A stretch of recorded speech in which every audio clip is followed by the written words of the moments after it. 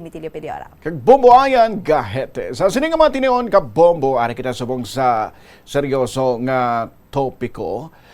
Sa sunod-sunod nga mga nagluntad nga mga trahedya, mga kalamidad, sang damlag lang ang iban na saksihan gid kung paano nagkalahinabo ang mga linog ano mga nangin epekto sini ang mga crack ng mga building, o lara sila sa sulod sa classroom sa mga kabataan ngayon, nakita nila kung paano nagsalang kaangay Manila ng mga kabataan, paano sila nag-panic, amo man ang ilang mga pamilya sa puluyan, nagkabalaka man sa sitwasyon sa ilang mga kabataan, especially mga school-age children sa preschool, tub grade 6, sila ning mangita, gidabalas ang ginikanan nila sa tion sang mayara sang matabo nga kasubong sini nga mga sitwasyon bombo puli.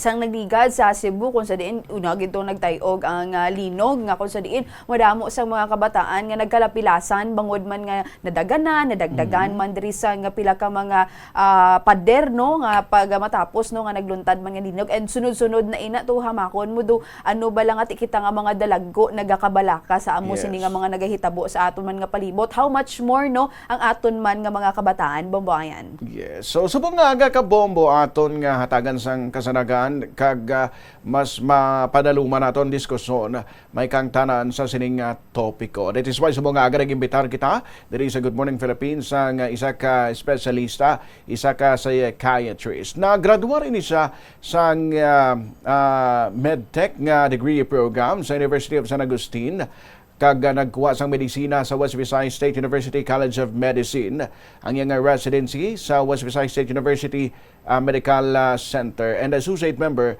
sang Philippine Psychiatric Association. Ari subong sa live studio sang Bombo Radio Iloilo si Dr. Kevin Ganson. Doc, good morning. Welcome sa Good Morning Philippines or Bombo Ayan and Bombo Pulin. Happy Sunday, Doc. Good morning. Thank you for having me. Yes, welcome gid kag I know family day ini kuntani para sa imo pero nagpain gid ikaw sang oras para diri sa Good Morning Philippines program, Doc. Okay gid akiti ang bombo do ano man do second family man sang amon na pamilya. Halin sang una nadak-an ni Doc Kevin ang pagpamati sa Bombo Radio. Oo gid kay ti balan mo sa balay namon to sa uton ti ang lolo ko halin sang una halin aga hasta gabi bombong tinadalaman sang tatay ko. Ti asa subong ti nadala ko man. Kag-ari ka na. Kag-ari na ako di. Salamat gid, Doc. By the way, taga din gid si Doc Kevin? At ako taga-uton ako, bombo ayan. Okay. Doc, amo ning medyo seryoso subong kag nagakaangay gid timely gid ini sang mataga naton sang dako nga atensyon man mga nagkalahinabo nga mga natural disasters, mga kalamidad sang damlag lamang kag nakitaan man naton kung anong nanging epekto sini sa pumuloy, especially sa mga kabataan, and when we speak of kabataan ti mga school age nga mga children bala, Doc Kevin? Yes. Balan mo ang disasters and calamities no for these children. It is new for them, no. Recently may mga earthquakes in our country sa Philippines. Ang calamities that we usually experience is mga baha, no. It's always year round. However, for this case, for this year, naglinog and it's new for them. So ang ila bala na expectation of what will happen, wala pa sila kaagi. So, pwede gid na makulbaan sila, ano ni matabo. Ang problem bisa linog is wala sang warning. Hindi parehas bisa sa bagyo, balanta days ahead makaprepare kita.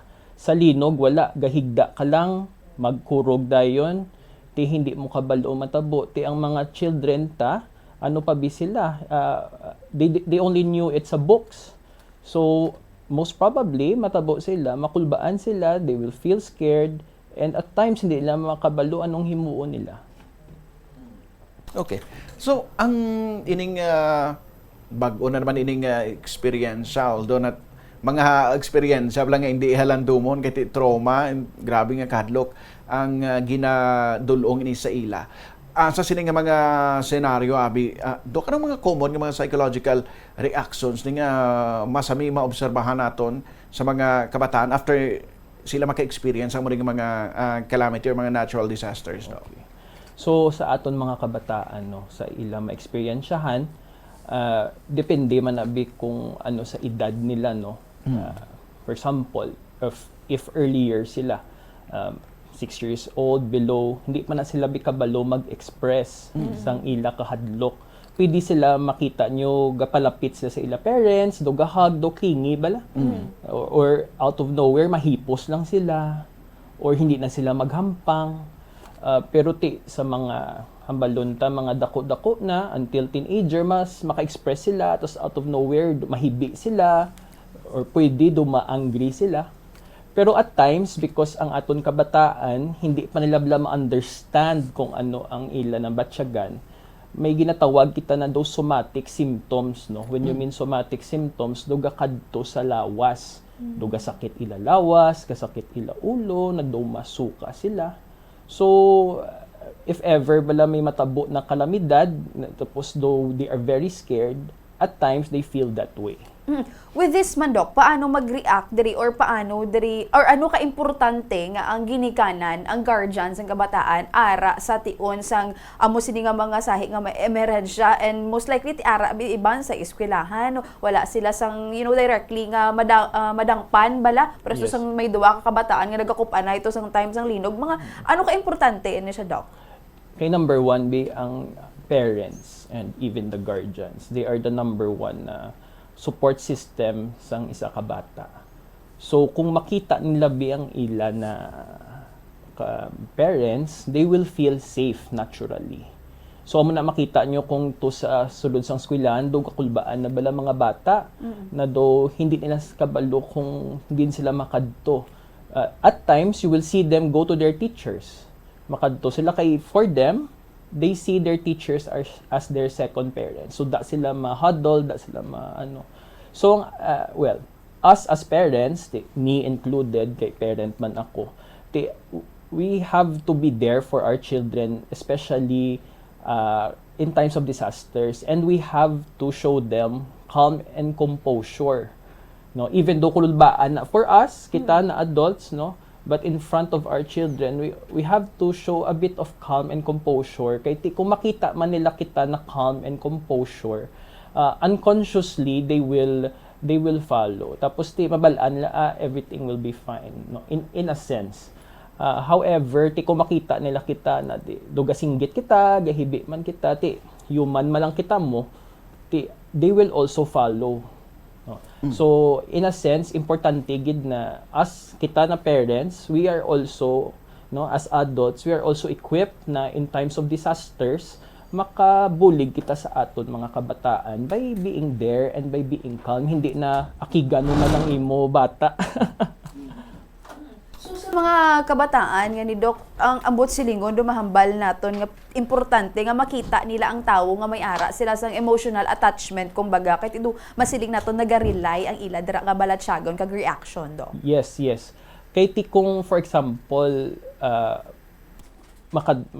makita nila bido hindi nila kilala, do ma-confuse pa sila bala. Hindi parehas na kung sa school natabo niyang disaster naglinog, makita nila teacher nila, tido maka-familiar sa ila. So makakadto sila dayon to. Eventually, after nakagwa na ang mga kabataan, makadto sila sa ila na parents. Kaya ang parents man, makadto gid sa school. Unahon gid nila ila kabataan. Pero halimbawa, Doc, ang isa ka bata abi, like ang the rest ng mga classmates abi nagahinibi na sa abi do kalmado lang. Is it normal nga lain niya yang respond sa amuning nga mga sitwasyon? Pwede na wala siya ga-react, kaya hindi siya kabalo kung paano mag-react, no? As I said before, gahipos ang bata, especially do young bala. Kaya hindi pa siya kabalo kung ano obrahon niya mo. So, or in a way, pwede man na ang bata na ini may inherent na daan na may problem na bala. Na hindi talang kabalo anong history sa bata at home or may ara na siya trauma before. Na doon mo na balang iya na na reaction. Pero usually, kung nabudlayan ng isa ka bata, ga-react gid sila ga-cry sila or sometimes no may shouting pa kay ti nakulbaan sila mo. Pero kung ang hindi ka balo mag-react, ti mahipos. Kumbaga duga freeze bala. So at times may mga amo na instances. No, so na nakadepende sa gihapon kung anong sahi sa pamilya or what I mean is that kung paano siya ginhon sa iyang panimalay, Doc. Yes, it depends also on the person in the end. Every person is unique mo on how they handle stress and how they handle these disasters. Pero sa mga kabataan kay ti first time ni for them mo, they don't know what to do. So, naturally, in that time, in that period, may mga reactions sila na do hindi ta maintindihan. But usually, ano niya siya nga mga age? Kaya na-mention mo to kagina, do around 6 years old, do hindi pa niya siya gawa kabalo mag-react sa situation. But, masiling naton nga to, makabatsyag, nagid balasang trauma, nagapakita, nagid sang trauma, diri, Doc. Ano nga age? Well, kung basihan ta sa amon na diagnostic tool no ng DSM-5 TR subong ang pinaka newest, even below 6 years old may criteria kung paano matrauma no ma-classify na siya. Tapos kung 6 years and above lain man ang criteria. However, para maghambal ka bala matrauma siya, it should be do longer period bala na kagdo hindi na siya kumbaga ang iya reaction is now different. May mga times na on the first stage, on the first period, natural reaction sa mga kabataan natin makulbaan, maghibi, at times iban hindi ka tulog no, iban hindi ka kaon, pero kung nahatagan sila support sa initial no, may ginatawag kita ng mga psychological first aid, mga intervention, kumbaga sa early pa lang, stop. Pero kung sige-sige bala, ang balonta, pila na ka days, pila na ka weeks, amuga po ng bata, wala na siya yaga tindog, wala na siya yaga kaon, hindi na siya katulog, tapos lain na balang pakitungo niya sa iba na mga tao, most probably na sulod na siya sa trauma na ginatawag. Kay let me add no, kay balaan mo subong ang word na trauma gina-use very commonly mo.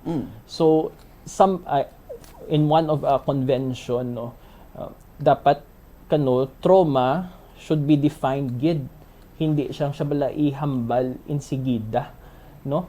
Kay ang trauma kung striktohon, it should be ang isa ka person ang first sa criteria is exposed siya sa isa ka life-threatening situation or even sexual matter or nakita niya or nabatian niya, kumbaga life-threatening siya. So na physically and emotionally nakita niya. So in this case, a disaster, it can fall to that. Sa mga nagakalatabo, subong Doc, butang nag-agi na ang mga bagyo, linog, is there any possibility nga may mga worst case scenario sa mga amo sini nga mga nag-agi sa aton recently nga mga calamities? When you mean worst case scenario, do nagkadto na gid sila sa disorder na gid? Oo, do ang okay. If may possibility na makadto gid ang iba na mga kabataan bala or even adults no, I would like to stress it out na once na for example that person could not handle what is happening to the budlayan gid siya no, and then ang iya coping is not adequate, pwede gid siya mahulog sa trauma, and eventually one disorder could be a post-traumatic stress disorder no, or PTSD. But for some, wala man sila kakadto sa PTSD, they went to depression. No? Depression or tawag sa amon is major depressive disorder, or makadto man sila sa GAD no, general anxiety disorder. So balaan mo not everyone is the same. Different ang ila reactions towards a stressor. So iban ga ka PTSD, iban ga ka depression no, MDD, or iban ga anxiety or GAD kung sa amon. I-add ko lang siguro, Doc, for example, maghibi dibing mga bata kahit inakulbaan, tapos ikaw bing ginikanan or guardian, mabalay, tipos na kay maano na karon mo na instead nga ti ipabayaan mo lang siya bala nga mag-release ng iya nga emotion, pero i-suppress mo bala, Doc. But mo suppression is a kumbaga sa amon defense mechanism mo even in adults, no. However, for example, mahambal ang bata, hambal gali ang adult or ang nanay, nahipos na da. And then tinaghipos giba ng bata nag-suppress. However, sa long term bala, sa sobra na suppress, do parehas man bala sa dalan na permi gaguba, gakrak gyapon on the same spot mo. Kung hindi siya bala ma-address correctly. Kumbaga ang suppression lang do aspalto lang na siya. Pero makrak man nagyapon sa uli, dapat be correct ang way na mag-address na. Like for example, biskan gahibi ang bata, tabihan mo lang, pungkuan mo lang upod, pamatian mo lang. Hindi na ipos da. May paaman po nga May kusi, may amo pa na pakis-ano. Amo yung examples ng suppreso. Hipos lang. Oo, nakurog-kurog na. Masakit na mo, hindi ka nakatulon, Mayo. Mayan. Sakit-sakit.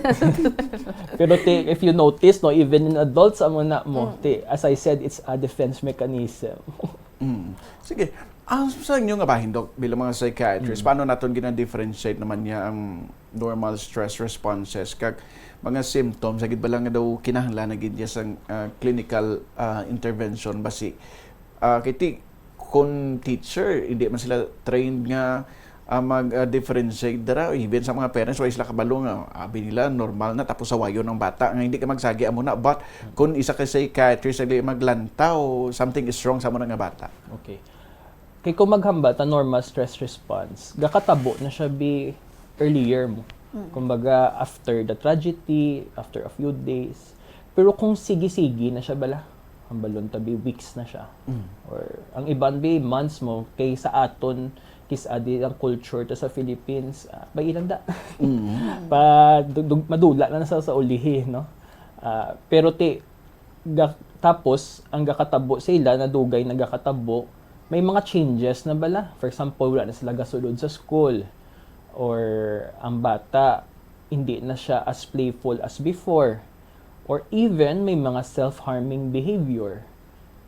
Sa mga amuna pa lang, do red flags na siya, kailangan na gid siya ipakadto sa isa ka mental health professional. For example, sa amon as psychiatrist.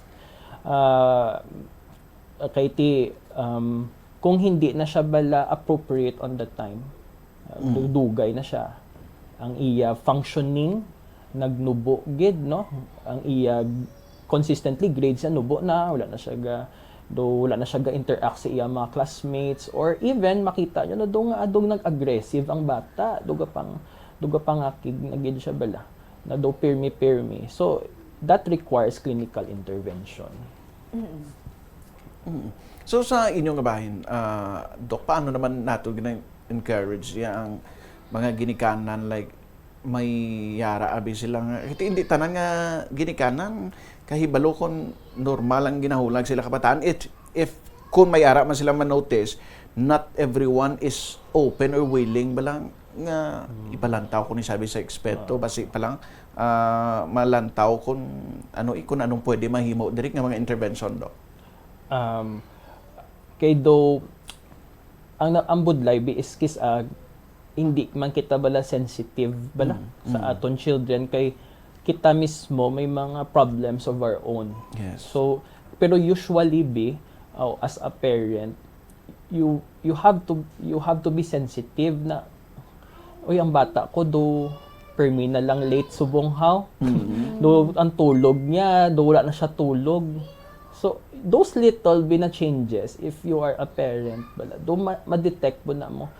So however, kung ikaw mismo do may problem, hindi mo na ma-detect. So kita ang stigma sa aton self as adults, no, kita ang stigma on us going to a psychiatrist, no.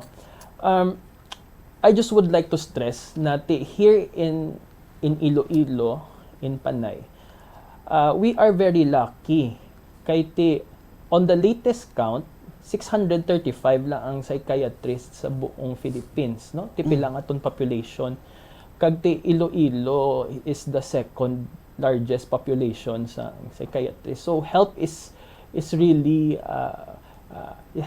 there for us in our province. So I would like to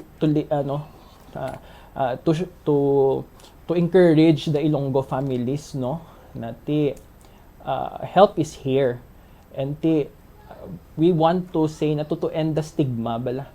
Kay ang stigma man bisang una sa psychiatry is para na sa mga buang, no, hindi man kuya buang. Yes. Oo, hindi gid man. Kumbaga, but we are here to help, no? We are here to listen to you, and we are here to journey with you. Alright, sige. At the moment, Abi Doc, nga matabo ang isa ka natural disaster, ano kadugay until nga magpakita, Abi, sang trauma ang bata, nga makita mo nga there is something wrong sa iya diri nga hulag? Wala gid be exact number mo.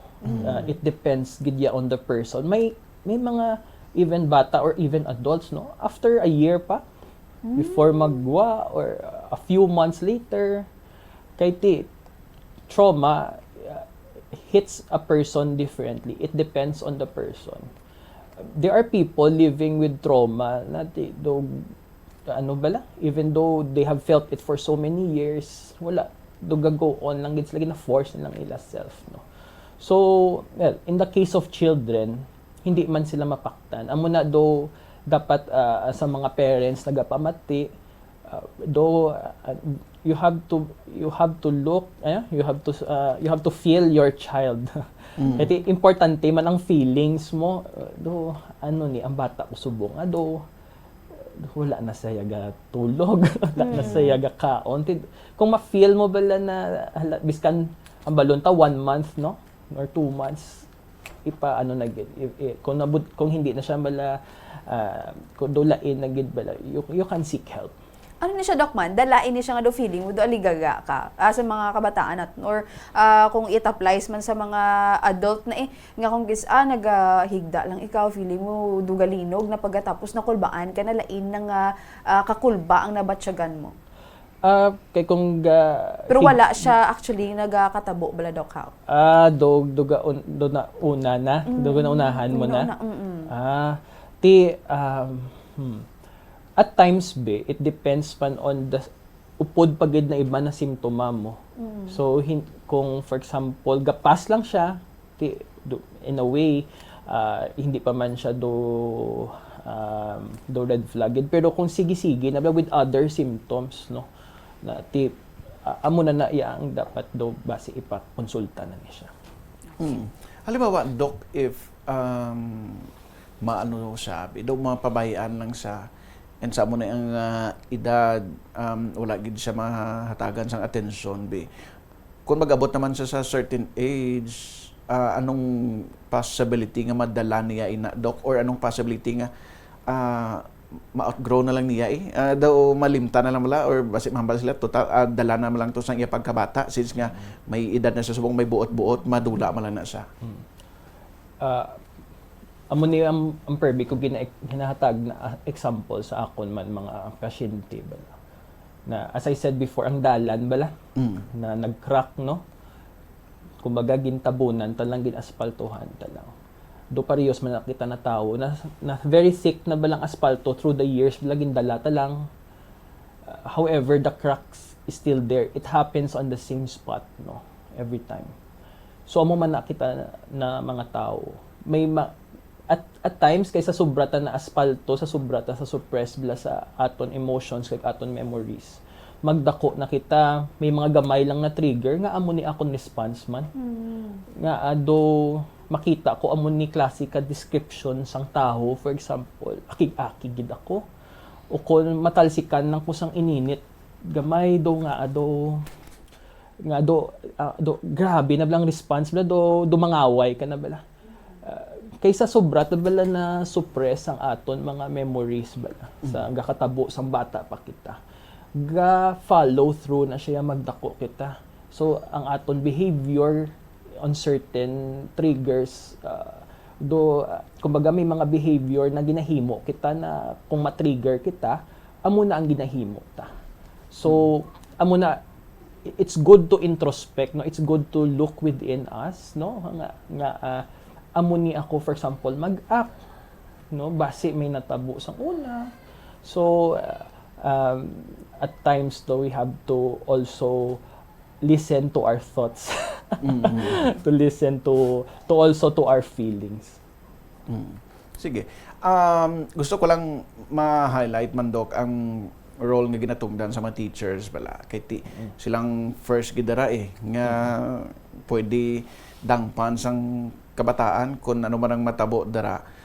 Paano naman ini dapat i-handle sa isa ka manunudlo? Like for example, sa balang someone nga mangin honest sa iya nabatsagan, kung may mapakita sa nga fear, ipakita niya ina, but kinahanglan nga bawion niya ina in words nga, okay, nahadlo kita, but masarangan naton ini, we have to face this, kung ano man ang posible matabo, or kinahanglan siya mismo sa first instance pa lang nga may matabo, nga kasubong sini, may nabatsagan nga linog, or ano man calamity, suppress dayon ang iyang emosyon, Doc. Very good na question. Kahit ang aton teachers man mismo, gabi ila work actually, no? Tanan, teaching, parenting man sa mga students ta, o kumbaga gasunod man, counselor man, tanan sa aton teachers ginahatag mo ang responsibility. For that nami gid tani is ang mga teachers ta matrain for example on some certain how could they respond correctly on that type of trigger, for example natural disaster, and also how can they how can they help themselves man bala in a sense. So isa na bi sa mga prevention man naton, no, na pwede mahimo is ang aton mga teachers matrain on how they could deal with it, no, kay sila man mismo may mga own man sila na problems, may mga own man sila na burdens, no, but if they are trained, no, for example when a disaster hits, they know what to do. So amo man na nga tawag ni do in general bala nga may for example may drill, may mga earthquake drill, may mga amo na. So para ma-train man kita bala. So sa mga teachers tani kung may mga mahatagan sila training or talk para on how to do it. Ang isa gid is actually is ang psychological first aid mo, or ginatawag namo na PFA. Sa PFA it doesn't need na ang mahatag na siya is a psychiatrist or isa ka doktor. Pwede gid siya anyone, teacher, barangay health worker, etc. Basta na train lang. So it could be applied to them, no, na tani ma-train sila on this so that they will know what to do. In relation diri Doc, mga ano nga sahi sang mga trainings ang ginahimo sa maga-conduct possible abis ang PFA nga ni Doc? Well, ang dapat na maghatag na sang PFA na na talk bala is someone man na trained, no? Ang aton man DOH is trained man on that, no? So they are giving talks actually on some people and training some people. So kay sa PFA in simplicity, no, in a gist, though ginalantaw mo anay what that person needs on the present, no, and dapat i-secure mo siya, safety. Tapos ika-third is i-connect mo ba ang person na in distress with certain individuals or some organization that could help him or her bala during that calamity. So it's actually available na ang amuna na handout sa World Health Organization na website, so everybody can read it. It is hindi na siya do na duga therapy ka bala. Kumbaga gina-guide ka bala na, for example, you saw a person ning sample to do sa war zone bala, ganilupok kaya nung obrahol mo number 1 ang iya safety ihagadon mo siya anay kadto sa isa ka lugar na safe. Tapos, mo siya storyahon, mangkuton mo siya, do you need food? Do you need ang shelter mo din kasubo ma-stay? Ang mga basic needs ang isa ka tawo. Tapos, i-connect mo siya bala na, ari na ang UNICEF, I mean, ang mga UN organization na that could help you. Amo na ang PFA in simple terms. With the earthquake drill, ano pa to nga mga naraisari nga mga prevention, in kaso por kaso, ma-apply ini siya tanan, even before pasang disaster, there is a possibility nga hindi makaangkon sang trauma, Doc, ang isa ka bata, or butanta isa na lang ka adult or tawo. Yes, kay in a sense, no, if you are trained in something every time bala you take the earthquake drill seriously, balaan mo na kung ano matabo, do hindi ka na bala mabudlayan, or in a sense hindi ka na magsala-sala, no. Amo ng example isa Japan, no. In Japan, because earthquakes are happening most of the time, and then dangerous pa tong ilang mga earthquakes, no, to ang government lang naghimo na earthquake drill. So it was found out na because of that, do ang mga tao mas calmer during an earthquake, they know what to do. Personally, tandaan ko pa when I lived in Manila, ang government naghatag sang abiso na may earthquake drill at 4 a.m. for the big one. I remember that. Sa may kondo kami to sa, kay review kami for medicine bala, na boards, no. So kondo kami to sa San Juan.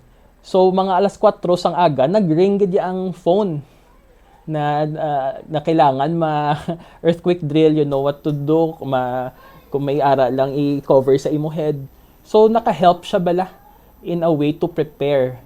Kay kung wala ka preparedness, pa ang isa ka na feeling of uncertainty bala.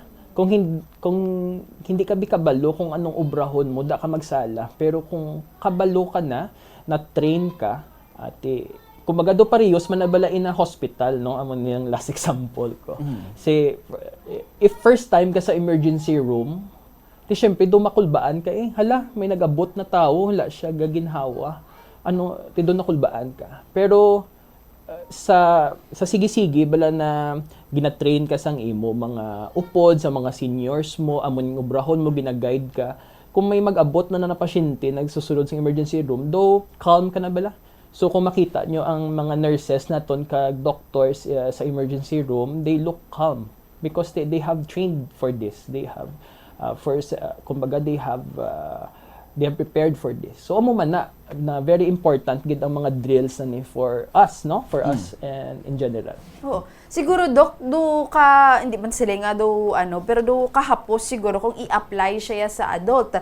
Sa mga kabataan nga kung gisa hindi pa bala kabalo or ang paghangop bala sang kabataan kung ano ang importance diri sang mga prevention nga ini sang earthquake drill nga ini, Doc. Amo na may nakita ako na clip sa Japan, they made it fun in a sense bala na ang gaktok sa ila. For example, kita ko to sa mga preschoolers, no, ang gaktok sila character bala. So kaysa sa children ang importante is to get their attention mo. So if you're able to present your information in a manner na interested sila, mabalanin nila na importante ni giling ginahimo. So tapos sa sige-sige man na practice, mabalaan, ma-apply man na nila. Sige. Now, Doc, sa imo paglantaw sa no, bilang isa ka psychiatrist man, na kitaan man ang realidad subong paano naton ginahandle ang mga kalamidad nga ini, ang aton nga response sa mga nagakalinabo nga ini. Ano ang pwede naton bag-ohon or ma-improve pagid the way sa ginahandle ini sang komunidad, especially kung apektado na yung mga kabataan ng istoryahan, Doc Kevin?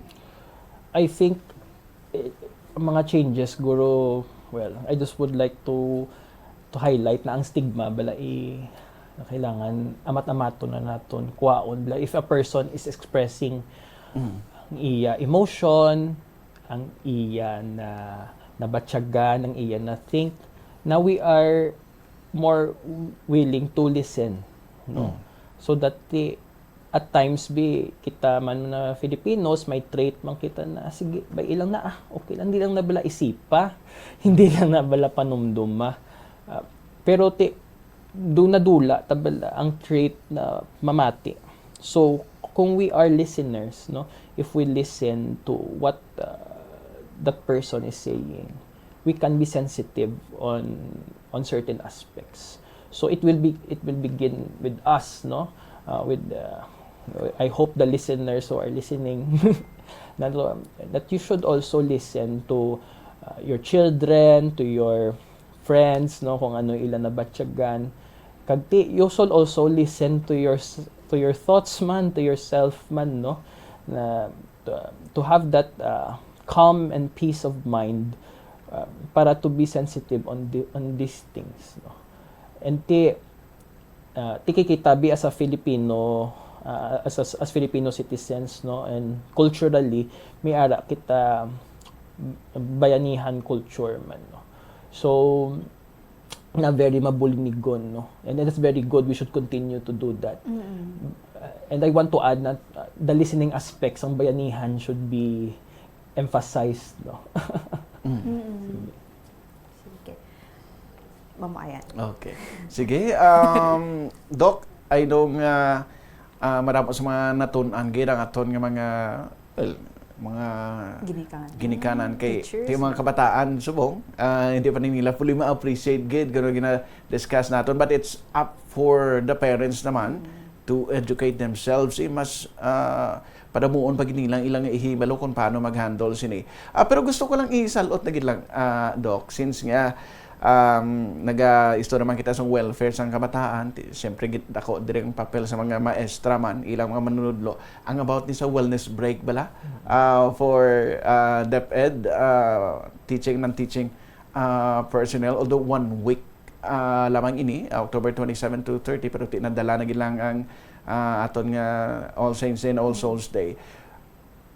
Is this enough nga ano sila bala? I mean, ang mga traumatic experiences nila makalimtan nila for a while sa sulod sang isa ka semana ang ilang nga mga burden sa school, matamat nila mag-an bala while nagapahuway sila sa sining wellness break nila, Doc Kevin. In a sense, no, though dako na ni actually na help na makapahuway ang aton mga noble teachers, no. Kay even though hambalon tagamay lang ni na time period, no, na hambalon ta maka 1 week sila na break, pero dako na ni kung for example na burnout na being teacher, burnout yan na feel, hindi man siya depressed, hindi man siya anxious, hindi man siya traumatized, no, burnout do nakapoy lang gid siya kay do overworked, no. Maka-help gid ni kay once mag-get mo bilang ground mo, naka-grounding kaliwat, amo na ni nakapahuway ko. 'Di ba sa government may forced leave gani, 'di ba? Pag-abot sang forced leave do pagbalik nila do they're ready to work, no? Kay naka-holiday sila. Maka-help gid ni sa aton na mga teachers and even non-teaching personnel, no? Pero when you said na about the trauma bala, ikaw syempre kung ara ginabis ka nakapahuway ka, wala ka nakapahuway.